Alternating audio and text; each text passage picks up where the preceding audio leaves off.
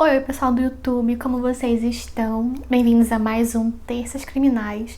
Antes de ir pro caso de hoje, eu vou pedir que você curta logo esse vídeo no começo e se você ainda não for inscrito do canal, que você se inscreva, que assim você ajuda o canal a crescer mais. Se prepara que o caso vai começar logo após a vinheta.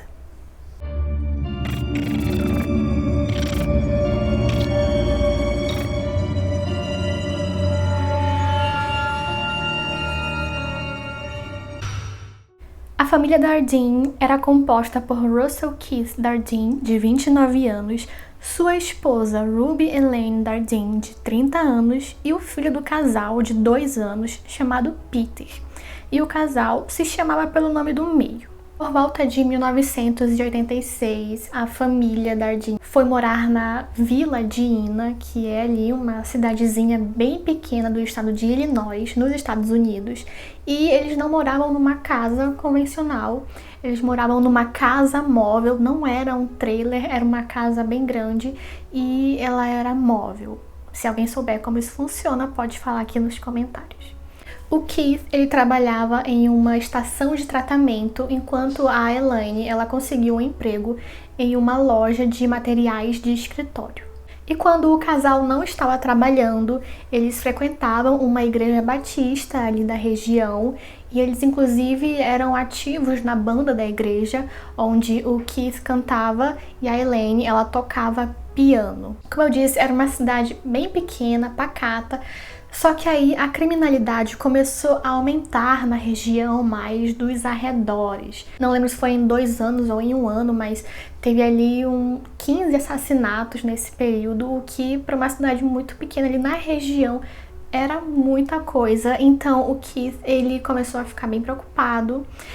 Eu não contei, mas a Elaine, ela estava grávida. Então ele começou a se preocupar com isso, com a criação dos filhos. E então ele conversou com a mãe dele e desabafou sobre isso. Ele disse que estava pensando em voltar para sua cidade natal com a sua família, um lugar que ele já conhecia, para onde ele pudesse criar os seus filhos. Era a cidade de Mount Carmel. Sua mãe se chamava Joanne Dardeen e eles sempre conversavam por telefone e falavam muito sobre isso. E depois ele colocou uma placa de vende-se bem em frente ali à sua casa. Tudo isso que ele estava fazendo era pensando ali na família dele. Eles eram uma família cristã muito simples, eles viviam uma vida normal, não tinham inimigos ou qualquer envolvimento com coisa ruim. Ele fez isso pensando o melhor, até mesmo para a criança que ia nascer. Só que não deu. No dia 18 de novembro de 1987, era uma quarta-feira, o Keith, ele trabalhava no turno da noite e o seu chefe ficou esperando por ele, mas ele não chegava. E o Keith, ele não apareceu no trabalho esse dia, algo que era super fora do comum. Ele era uma pessoa muito confiável, muito responsável com o seu trabalho, e então qualquer atraso que ele pudesse ter, ele avisaria, tinha telefone, então ele avisaria. O empregador do Keith, ele ligou para casa para ver se alguém atendia e falava o que estava acontecendo, mas ninguém estava atendendo. Então ele resolve ligar para a casa dos pais do Keith, que era para ver se tinha alguma notícia, mas também os pais não sabiam, não tinham a menor ideia do que podia estar acontecendo. E aí todo mundo começou a se preocupar. Eles decidem ligar para a polícia para fazer uma verificação de bem-estar, para a polícia ir junto deles até a casa para ver se estava tudo bem. A polícia foi para lá junto com os pais do Keith. Inclusive o pai dele, chamado Don Dardeen, ele tinha as chaves, umas chaves extras para poder entrar na casa. E chegando lá, eles batem na porta, ninguém atende. Então eles vão até ali uma porta dos fundos, uma outra área. E lá o pai abre a porta, eles entram e pegam uma lanterna para iluminar. Nisso que eles iluminam pro quarto do casal, eles veem uma cena horrenda que marcou por décadas aquela região. Eles encontraram Elaine, Peter e uma bebê recém-nascida deitados na cama. Peter e Elaine foram amarrados e amordaçados antes de serem covardemente espancados até a morte com o taco de beisebol de Peter, que havia sido um presente de seu pai. Os dois tinham golpes na cabeça e os crânios estavam fraturados. Durante a ação do assassino contra a Elaine, ela acabou dando à luz a uma menina. Mas não pensem que o bebê foi poupado. Logo após seu nascimento, a menina, que se chamaria Cassie, também foi brutalmente espancada. O bebê mal teve a oportunidade de existir. Vendo aquela cena, os policiais perceberam que houve uma tentativa falha e desleixada de limpar a casa. E aí vocês devem estar se perguntando, cadê o Keith? Ele não estava na cena do crime. Então, por ele não estar lá, tá só o resto da família, é normal a polícia pensar que ele deve ter algum envolvimento ou que ele tenha sido o autor desse crime. A família não acreditava nisso, os pais dele não acreditavam nisso, só que eles também não sabiam dizer onde ele poderia estar, e então ficou uma situação ali bem embaraçosa para a família, algo muito triste. No dia seguinte, caçadores encontraram o corpo de Keith em um campo de trigo, a aproximadamente 1 milha de distância da casa móvel da família. Ele foi baleado na parte frontal da cabeça, do lado direito e do lado esquerdo na bochecha. Além disso, ele também teve o seu membro cortado para fora. A família tinha um carro que mais tarde foi encontrado estacionado na delegacia de polícia da cidade. A parte de dentro do carro estava toda ensanguentada, indicando que o Keith poderia ter sido assassinado ou mutilado dentro do veículo. Uma autópsia foi feita, mas não foi possível concluir quem morreu primeiro. Foi determinado que todos eles morreram entre um intervalo de 1 ou 2 horas. Bom, um assassino precisava ser encontrado e a polícia ficou se perguntando o porquê do autor do crime parecer estar tão confortável dentro da casa. Isso porque, como eu disse, o assassino tentou limpar ali a casa, porque a Elaine e o Peter, eles foram mortos não em cima da cama. Eles foram mortos em outro lugar da casa, então imaginem o sangue. E só depois eles foram levados cuidadosamente para a cama, meio escondidos em cima da cama, eles ficaram lá. E nisso o assassino tentou limpar o resto da casa, mas não deu. E também tinha o porquê do assassino querer separar o Keith da família, ter levado ele para outro lugar e ter feito o que fez. Até porque esses assassinatos pareciam ser muito pessoais. Foi algo muito brutal, como se existisse uma raiva do assassino contra essas pessoas e também algo a mais com o Keith. Só que aí a polícia investigou a vida do casal para ver se eles tinham ali algum caso extraconjugal, se existia outra pessoa ali na história, mas não. Eles eram realmente uma família cristã simples que tinham seus filhos e viviam uma vida pacata. Então aí a coisa ficou mais difícil para a polícia. Uma das hipóteses é que o assassino pode ter visto ali a placa de vende-se da casa e ter parado para falar com a família e até mesmo pode ter conseguido entrar dentro da casa sem muito esforço para ver a casa, né, dizer que está interessado. É uma possibilidade, a gente está se deparando com um possível serial killer que aproveitou disso.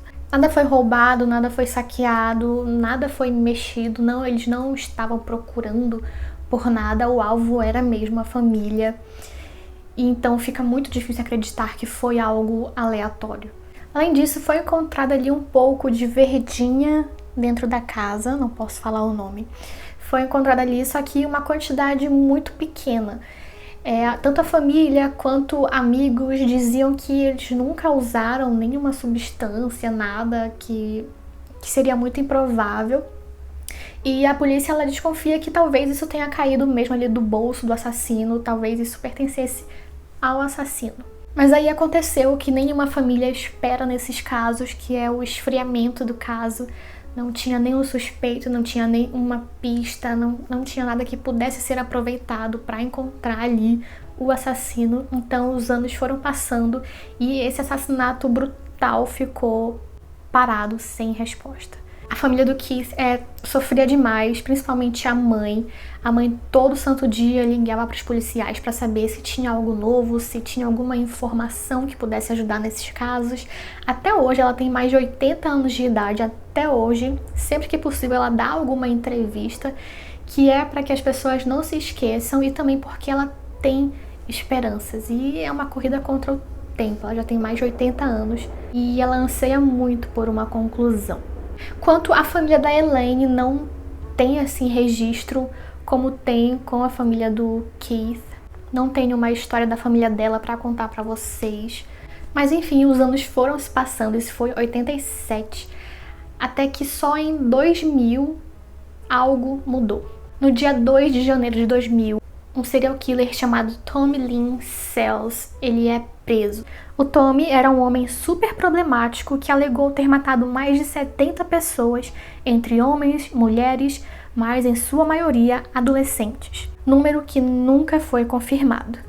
Ele foi preso pois invadiu uma casa, abusou de uma garota de 13 anos e depois tirou a sua vida com repetidos golpes de faca. Em seguida, ele cortou a garganta de uma outra garota de 10 anos que sobreviveu e conseguiu ajudar a polícia.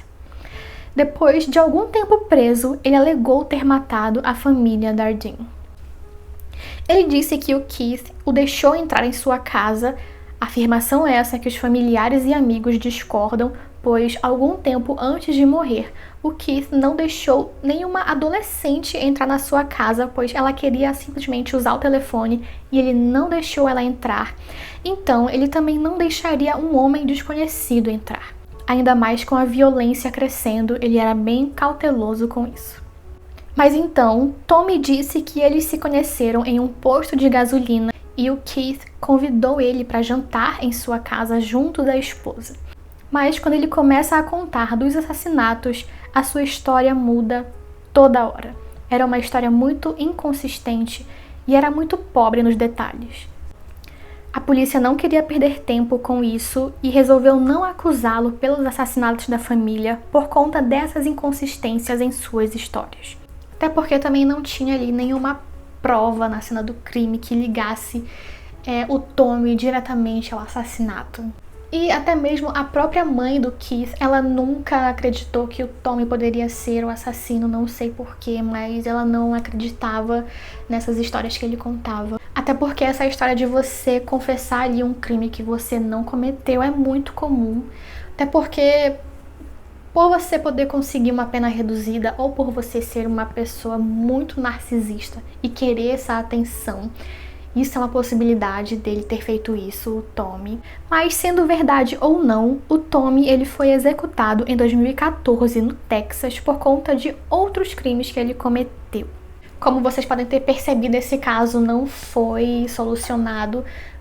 Existem muitas teorias quanto o que pode ter acontecido, muitas teorias absurdas, sem sentido, criadas até mesmo pelas pessoas da região para tentar dar alguma explicação do porquê isso aconteceu com essa família que era muito querida ali na área. Uma das teorias feitas pelo legista acredita que tudo não se passa de um crime de identidade equivocada. Era óbvio que tinha algo pessoal nos assassinatos, mas foi algo pessoal direcionado à família errada. Talvez um assassinato encomendado, mas que foi ali direcionado para a família errada. E existe também outra teoria feita pela Joanne Dardeen. Ela acredita que tudo isso tenha acontecido por algo que a família se recusou a fazer. Como, por exemplo, alguém que quisesse que o Keith vendesse substâncias ilícitas e ele não aceitou, por exemplo. Ou alguém que queria algo com a Elaine e ela rejeitou. A criminalidade estava aumentando realmente nessa época, como eu disse, assim também como o consumo e a venda de substâncias proibidas nessa região também estava aumentando. Então, a teoria é de que alguém pode ter abordado a família para que a família vendesse essa substância e aí a família recusou e a família morreu por isso. É uma possibilidade que muitas pessoas acreditam. Outra teoria é de um crime passional, como eu disse para vocês, mas a polícia não encontrou nenhum amante que pode ter ficado com muita raiva ou da Elaine ou do Keith. Mas além de tudo isso, o que seria crucial nesse caso é o DNA. Vocês devem estar se perguntando, não tinha nenhum DNA na cena do crime, nada? Bom, até agora ninguém falou nada sobre isso, a polícia nunca falou mais sobre DNA encontrado, material biológico encontrado, nada. O que foi dito, que disseram em uma entrevista, é que há a possibilidade de fazer testes de DNA em coisas da casa, da família, mas isso também não foi confirmado, então era só uma possibilidade que eu acho que seria muito válido, pois a gente já está num período em que muitas coisas estão sendo resolvidas por conta desses DNAs encontrados. A polícia não tem nada a perder, enfim, não sei como é que funciona esses trâmites, mas seria muito válido, acredito eu, fazer algum teste nos objetos ali que eles têm recolhido do crime. Esse caso tem mais de 30 anos e até hoje não foi resolvido. Não é como um caso de desaparecimento que eu trago aqui, que ninguém nunca sabe de nada, não viu nada. Esse caso, uma família inteira foi morta de uma maneira brutal, horrenda, e nada foi encontrado, nenhum vestígiozinho de nada, um fio de cabelo. Sabe, a investigação também, eu fico me perguntando se não foi muito pobre. Até porque não tem muitos dados sobre isso, então fica aí o questionamento, não sei.